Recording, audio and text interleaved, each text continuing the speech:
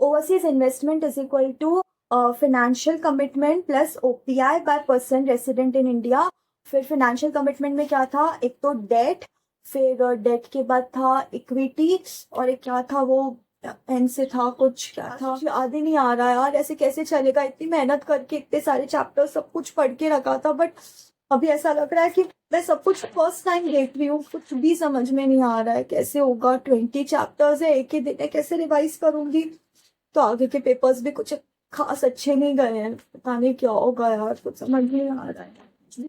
ऐसा ही कर रहे हो ना आप अभी, तो सबसे पहले पैनिक करना बंद करो और खुद पे ट्रस्ट करो कि आपने सब कुछ पढ़ा है। इतने टाइम तक आपने बहुत मेहनत कर लिया बेटा, आपने सारे चैप्टर्स पढ़ लिए हैं। वी हैव 20 चैप्टर्स, आपने वो सारे पढ़ लिए हैं। Now it's time for revisions. अगर आपने 1 डे बिफोर प्रॉपर तरीके से, सही तरीके से रिविजन्स नहीं किया ना, तो इतने टाइम की जो पूरी मेहनत है ना बेटा, वो वेस्ट हो जाए। तो लेट्स क्विकली स्टार्ट कि आपको एग्जैक्टली करना क्या है। तो नंबर 1 बेटा, पैनिक तो बिल्कुल भी मत करना।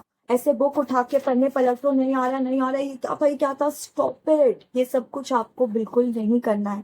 तो सबसे पहले पैनिक मत करना, खुद पे ट्रस्ट रखो कि आपने सब कुछ पढ़ा है। दिमाग को शांत रखोगे, खुद पे ट्रस्ट रखोगे, पॉजिटिव सोचोगे, तो देखना पॉजिटिव और अच्छा ही होगा। आपका पिछला पेपर भले बहुत अच्छा गया हो या बहुत बेकार गया हो, इसका 1% भी इम्पैक्ट आपके नेक्स्ट पेपर पर नहीं होना चाहिए। सबसे फर्स्ट बात बेटा याद रखना, कोई भी न्यू मटेरियल इस मोमेंट पे रेफर नहीं करेगा। 1 डे बिफोर एग्जाम आपको कोई भी तरीके का न्यू मटेरियल और न्यू कंसेप्ट्स नहीं देखने।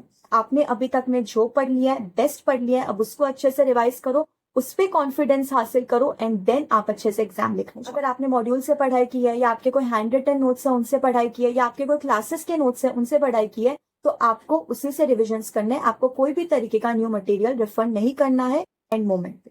सो बेटा 100 मार्क्स का पेपर आएगा। It is divided into part A and part B. Part A is about 60 marks और पार्ट बी आपका 40 मार्क्स है। तो सबसे पहले रिविजन हम लोग 40 मार्क्स वाले से स्टार्ट करेंगे। उसमें इन ऑल 6 चैप्टर्स है, आईपीआर लॉज है। तो 6 चैप्टर्स से आपको 40 मार्क्स कंफर्म मिल रहे हैं। तो पहले आप वो 6 चैप्टर्स रिवाइज करना स्टार्ट करेंगे।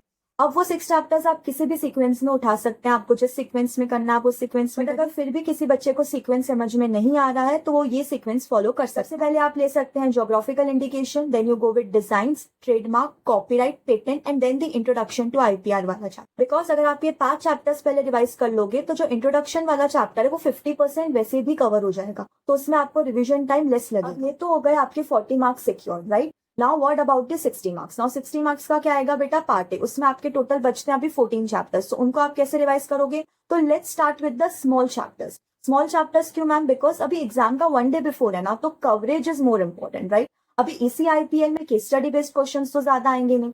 मोस्टली अगर केस स्टडी आएगा तो किसमें से आएगा, कंज्यूमर से पूछ सकते हैं वो लोग, पेटेंट या कॉपीराइट, मैक्सिमम इनमें से ही आता है।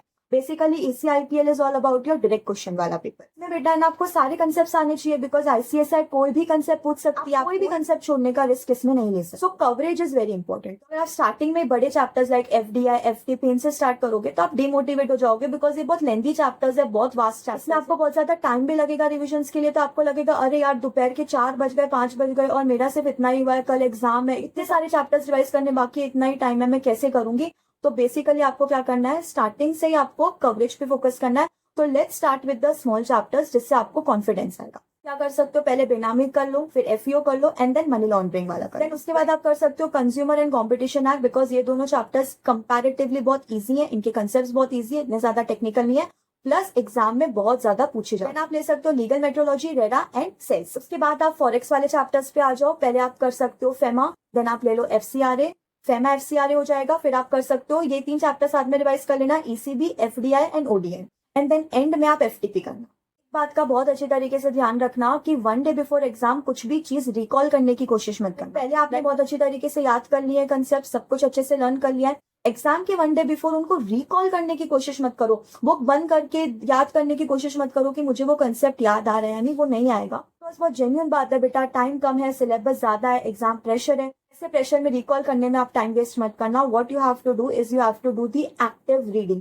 पैसिव रीडिंग मत करना, दिमाग बंद रख के रीडिंग मत करना, एक्टिवली रीड करना और खुद पे ट्रस्ट रखना ना कि जो मैं रीड कर रही हूँ मुझे एग्जाम में याद आ जाएगा, मुझे विजुअलाइज हो जाएगा और मैं लिख लूंगी।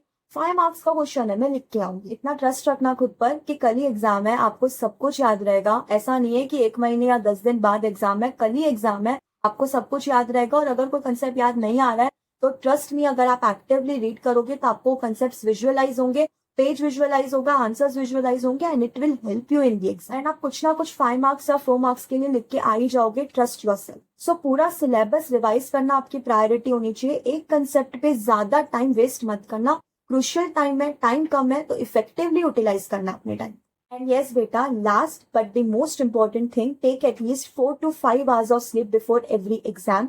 आपको अच्छी तरीके से अपनी नींद कंप्लीट करके जानी है, बिकॉज अगर आप रात भर जगोगे तो इतना कुछ इफेक्टिवली नहीं होगा, आपको नींद आती रहेगी, वो नेचुरल चीज है। आपका एग्जाम में कंसंट्रेशन पावर भी डाउन होगा। नींद में रहोगे तो 1-2 क्वेश्चन गलत समझ लोगे, गलत आंसर लिख के आ जाओगे, या 1-2 क्वेश्चन आपसे मिस भी हो सकता है। बेटा ICSI का कोई भी एग्जाम हो, दिमाग का एक्टिव होना बहुत ज्यादा जरूरी होता है, और दिमाग तभी एक्टिव होगा जब आपने एटलीस्ट 4 से 5 घंटा नींद ली होगी। तो ये इंश्योर जरूर करना before your every exam. As मैंने आपको पहले कई बार बोला है कि प्रोफेशनल एग्जाम्स में कोई भी इंपॉर्टेंट चैप्टर्स या इंपॉर्टेंट टॉपिक्स नहीं होते हैं, आपको सब कुछ ही करना होता है। You have to cover each and everything, because exam में कहीं से भी कुछ भी पूछा जा सकता है। या बेटा, एज पर माई एनालिसिस मैंने कुछ टॉपिक्स डिस्क्रिप्शन बॉक्स में नीचे लिस्ट डाउन किए हैं, तो वो टॉपिक्स आप इंश्योर करना कि आप बिल्कुल भी छोड़कर नहीं जा रहे हो। बाकी each and everything is important. Direct question का पेपर है, एक बार फिर से बोल रही हूँ, कोई भी कंसेप्ट छोड़ के मत जाना। भले अगर एक कंसेप्ट इतना बड़ा है तो आप पूरा मत पढ़ो, उसको थोड़ा सा पढ़ो, बिकॉज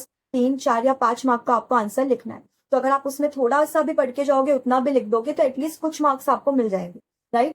बट कंसेप्ट एक भी मत छोड़ के जाना, कंसेप्ट सारे पढ़ के जाना। सारे कंसेप्ट में से थोड़ा थोड़ा पढ़ रहे हो, बट मेक श्योर करना कि आप कोई भी कंसेप्ट छोड़ के नहीं जा रहे हो, बिकॉज कोई भी कंसेप्ट पे क्वेश्चन पूछा जा सकता है। बेटा ऐसा कुछ नहीं होता कि दिसंबर में जो क्वेश्चंस आए हैं वो जून में नहीं आएंगे, या जो जून में आ गए वो दिसंबर में नहीं आएंगे। क्वेश्चंस रिपीट होते भी हैं, नहीं भी होते हैं। सो आपको सब कुछ ही कवर करके जाना है, डोंट लीव एनी कंसर्न। आपको इस वीडियो से 1% भी हेल्प हुई है अपने रिविजन्स में, तो प्लीज इस वीडियो को एक लाइक जरूर कर देना। बाकी ऑल द बेस्ट बच्चा for your exam. I know तुम बहुत अच्छा करोगे, तुमने बहुत अच्छी प्रिपरेशन की है एंड रिविजन्स भी तुम बहुत अच्छे से हैंडल कर लोगे, और 3 hours का पेपर वो तो तुम सबसे बेस्ट तरीके से हैंडल करोगे। सो ऑल द बेस्ट बच्चा।